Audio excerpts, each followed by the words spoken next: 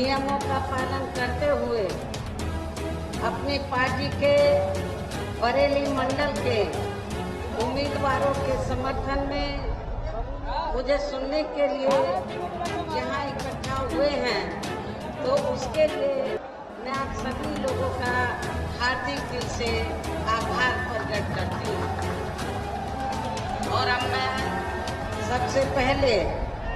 अपनी पार्टी के संबंध में ये कहना चाहूँगी कि हमारी पार्टी ये चुनाव उत्तर प्रदेश की सभी विधानसभा सीटों पर अकेले अपने बलबूते पर ही पूरी तैयारी व दमदारी के साथ लड़ रही है। इसके साथ ही यहाँ सन 2007 की तरह फिर से अपनी पार्टी की पूर्ण बहुमत की सरकार बनाने के लिए लड़ रही है, ताकि आपको वर्तमान में भाजपा के चल रहे जातिवादी, संकीर्ण, अहंकारी व तानाशाही वाले शासन से मुक्ति मिल सके। इसके साथ ही हमारी पार्टी ने पूर्व की तरह इस चुनाव में भी बीएसपी से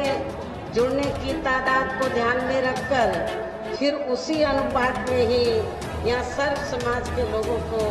टिकट भी दिए हैं। और अभी चुनाव में आप लोगों को अपना वोट कांग्रेस, बीजेपी, सपा व अन्य विरोधी पार्टियों को न देकर केवल अपनी एकमात्र हितैषी पार्टी बीएसपी को ही देना क्यों जरूरी है, इसे आप लोगों को समझना होगा। हालांकि इस संदर्भ में आप लोगों को ये मालूम है कि आज़ादी के बाद शुरू में काफी लंबे समय तक केंद्र व उत्तर प्रदेश सहित देश के अधिकांश राज्यों में भी कांग्रेस पार्टी की ही अकेले यहाँ सरकारें रही हैं, किंतु इनकी गलत नीतियों एवं गलत कार्य प्रणाली की वजह से ही अब ये पार्टी केंद्र व काफी राज्यों के साथ साथ यहाँ उत्तर प्रदेश की सत्ता से भी बाहर हो चुकी है। इसके साथ ही ये कांग्रेस पार्टी जबरदस्त जातिवादी होने के कारण शुरू से ही हर मामले में खासकर यहाँ दलित, आदिवासी व अन्य पिछड़ा वर्ग विरोधी पार्टी भी रही है और अभी भी है, जिस कारण ही केंद्र में रही इस पार्टी की सरकार ने इन वर्गों के मसीहा व भारतीय संविधान के मूल निर्माता परम पूज्य बाबा साहब डॉक्टर भीमराव अम्बेडकर को भारत रत्न की उपाधि से भी सम्मानित नहीं किया था, जिसके लिए वो हर प्रकार से पात्र भी थे। इतना ही नहीं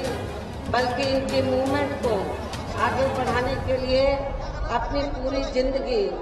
समर्पित करने वाले मान्यवर श्री काशीराम जी के देहांत होने पर भी केंद्र में उस समय इसी कांग्रेस पार्टी की रही सरकार ने उनके सम्मान में एक दिन के लिए भी राष्ट्रीय शोक घोषित नहीं किया था, तथा न ही इस पार्टी की रही सरकार ने पिछड़े वर्ग की आरक्षण संबंधी मंडल कमीशन की रिपोर्ट को भी लागू किया था, जिससे फिर बीएसपी ने अपने कड़े संघर्ष व्यापक प्रयासों से केंद्र में रही श्री बीपी सिंह की सरकार से ही इसे लागू कराया था। साथ ही इसी सरकार ने ही बाबा साहब डॉक्टर भीमराव अम्बेडकर को भी भारत रत्न की उपाधि से सम्मानित किया गया था। लेकिन अब केंद्र व अधिकांश राज्यों की भी